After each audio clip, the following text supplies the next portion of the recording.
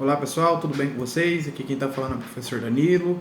Vamos para mais uma aula na modalidade online. Desta feita, nós começaremos uma aula destinada aos alunos do terceiro ano A no turno da AEMS, mas como é sempre dito, você que não é do terceiro ano, mas está aí para presenciar a nossa aula, seja bem-vindo, é sempre um prazer tê-lo aqui comigo. Tudo bem? Pessoal, a aula de hoje nós trataremos de dois temas bem rapidinho. Primeiro, da dispensa por iniciativa do empregado, quando ele pede a demissão. Nós já tínhamos visto a dispensa por iniciativa do empregador sem justa causa e com justa causa. Agora nós partimos para a dispensa por iniciativa do empregado. E o primeiro pedido, o primeiro tema que nós temos é quanto ao pedido de demissão, ou seja, quando o empregado quer sair do serviço, quando ele deixa o serviço por vontade própria, tudo bem? Então, a dispensa por iniciativa do empregado, ou seja, o pedido de demissão, garante ao trabalhador o recebimento do quê? Saldo de salário, férias vencidas ou férias proporcionais, ou E/U, né? Férias proporcionais mais um terço e 13º salário proporcional. Não tem direito ao FGTS e não tem direito ao aviso prévio também, tudo bem? E também não vai receber o seguro-desemprego, beleza? Então, notem, se você pede a sua demissão, você recebe tudo, exceto FGTS, aviso prévio e, consequentemente, o seguro-desemprego, beleza? Bom, então, fora isso, a gente passa a analisar agora o que a gente tem como formas de pagamento.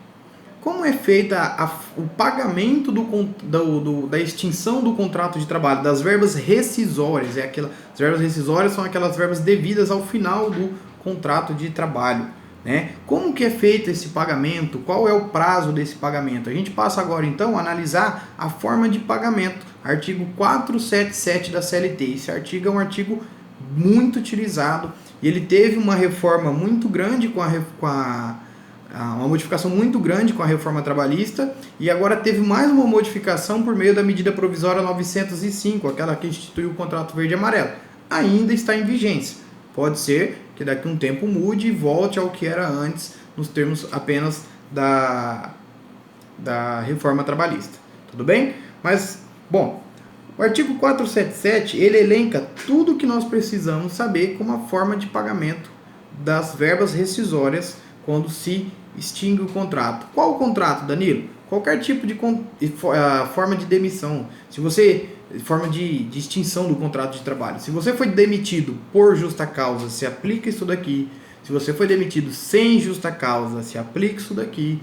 E se você pediu a sua demissão, também se aplica isso daqui. Beleza?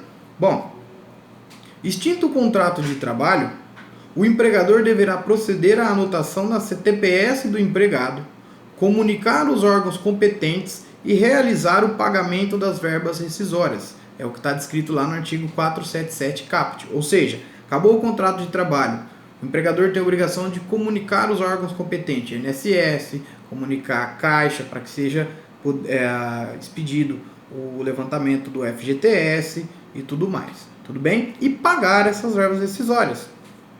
É importante mencionar que o parágrafo 2º fala o seguinte: o instrumento de rescisão ou recibo de quitação, qualquer que seja a causa ou forma de dissolução do contrato, ou seja, em termos de rescisão do contrato, qualquer que seja a forma que o contrato tenha terminado, por justa causa, sem justa causa ou pedido de demissão, deve ter especificada a natureza de cada parcela paga ao empregado e discriminado o seu valor, sendo válida a quitação apenas relativamente às mesmas parcelas. Ou seja, no termo de rescisão do contrato de trabalho, deve estar descrito o que se está pagando e quanto se está pagando. Então tem lá, férias do período tal, R$1.000. 13º do ano de 2020, R$500. Ou seja, eu tenho que falar o que eu estou pagando e quanto eu estou pagando pelo aquele item. Tudo bem? Aí, o parágrafo 4º, o parágrafo 3º foi revogado, o parágrafo 4º fala o seguinte: o pagamento a que fizer jus o empregado será efetuado. Primeiro, em dinheiro, depósito bancário ou cheque visado, conforme acordem as partes, ou em dinheiro ou depósito bancário quando o empregado for analfabeto. Então, como que o pagamento é feito? Depósito bancário, cheque visado ou em dinheiro. Se porventura o trabalhador for analfabeto, não é possível pagá-lo por meio de cheque visado. Tudo bem? Bom, parágrafo 5º fala o seguinte: qualquer compensação no pagamento de que trata o parágrafo anterior não poderá exceder o equivalente a um mês de remuneração do empregado. Qualquer compensação no pagamento, ou seja, não há a possibilidade de se ter um desconto, né, maior do que a remuneração que o empregado tem. Tranquilo? Bom,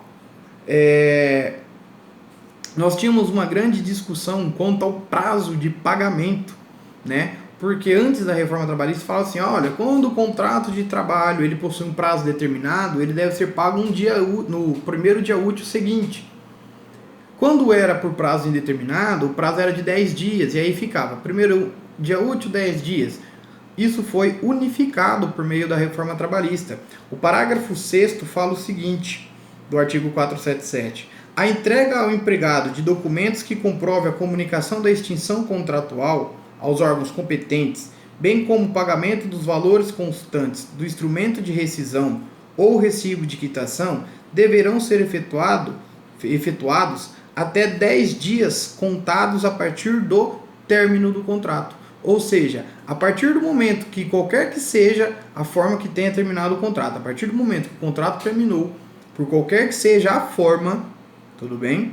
O prazo para pagamento é de 10 dias. Então, o contrato de trabalho, você foi demitido sem justa causa, 10 dias. Por justa causa, 10 dias. Pediu a demissão, 10 dias. Beleza? O prazo agora é único, tá? E aí, o não pagamento dentro do prazo de 10 dias, vai acarretar naquilo que está descrito no parágrafo 8º do artigo 477. Ou seja, sem prejuízo da aplicação da multa prevista no inciso 2º do caput do artigo 634-A, a inobservância ao disposto no parágrafo 6º sujeitará o infrator ao pagamento da multa em favor do empregado, em valor equivalente ao seu salário, exceto quando comprovadamente o empregado der causa à mora. Ou seja, como que vai funcionar? Eu tenho que pagar ao meu empregado, mandei ele embora, ou ele pediu demissão, ou mandei ele embora por justa causa, enfim. O contrato de trabalho vai terminar. Ok, meu prazo é de 10 dias. Se eu não pagar as verbas rescisórias que ele tem direito no prazo de 10 dias, ele vai ter direito ao pagamento das verbas rescisórias e mais um salário que ele recebe. Ou seja, é uma multa pelo atraso neste pagamento de 10 dias. Beleza? Tranquilo? E, por fim, o parágrafo 10 do artigo 477 menciona que a anotação da extinção do contrato de trabalho e previdência social é documento hábil para requerer o benefício do seguro-desemprego, é a movimentação da conta vinculada no fundo de garantia do tempo de serviço, nas hipóteses legais, desde que a comunicação prevista no caput deste artigo tenha sido realizada. Isso foi feito para facilitar a vida do empregado. Por quê? Porque quando ele era demitido, ele tinha que pegar as guias para dar entrada no FGTS, levar na caixa, dar entrada na caixa, depois esperar. Hoje não mais. O empregado pega a CTPS, que tem lá, foi dado baixa no contrato de trabalho? Foi. Pega a CTPS, vai lá na Caixa Econômica Federal, apresenta a CTPS apenas, e o funcionário lá da Caixa, né, o bancário, o atendente, vai com apenas a CTPS dar entrada no fundo de garantia. Depois que você recebe o fundo de garantia, você pega apenas a sua CTPS, se dirige ao posto de atendimento ao trabalhador e dá entrada no seu seguro-desemprego. Beleza? Então, basicamente, o artigo 477 fala o seguinte: primeiro, eu tenho que especificar o que eu estou pagando, quanto que eu estou pagando.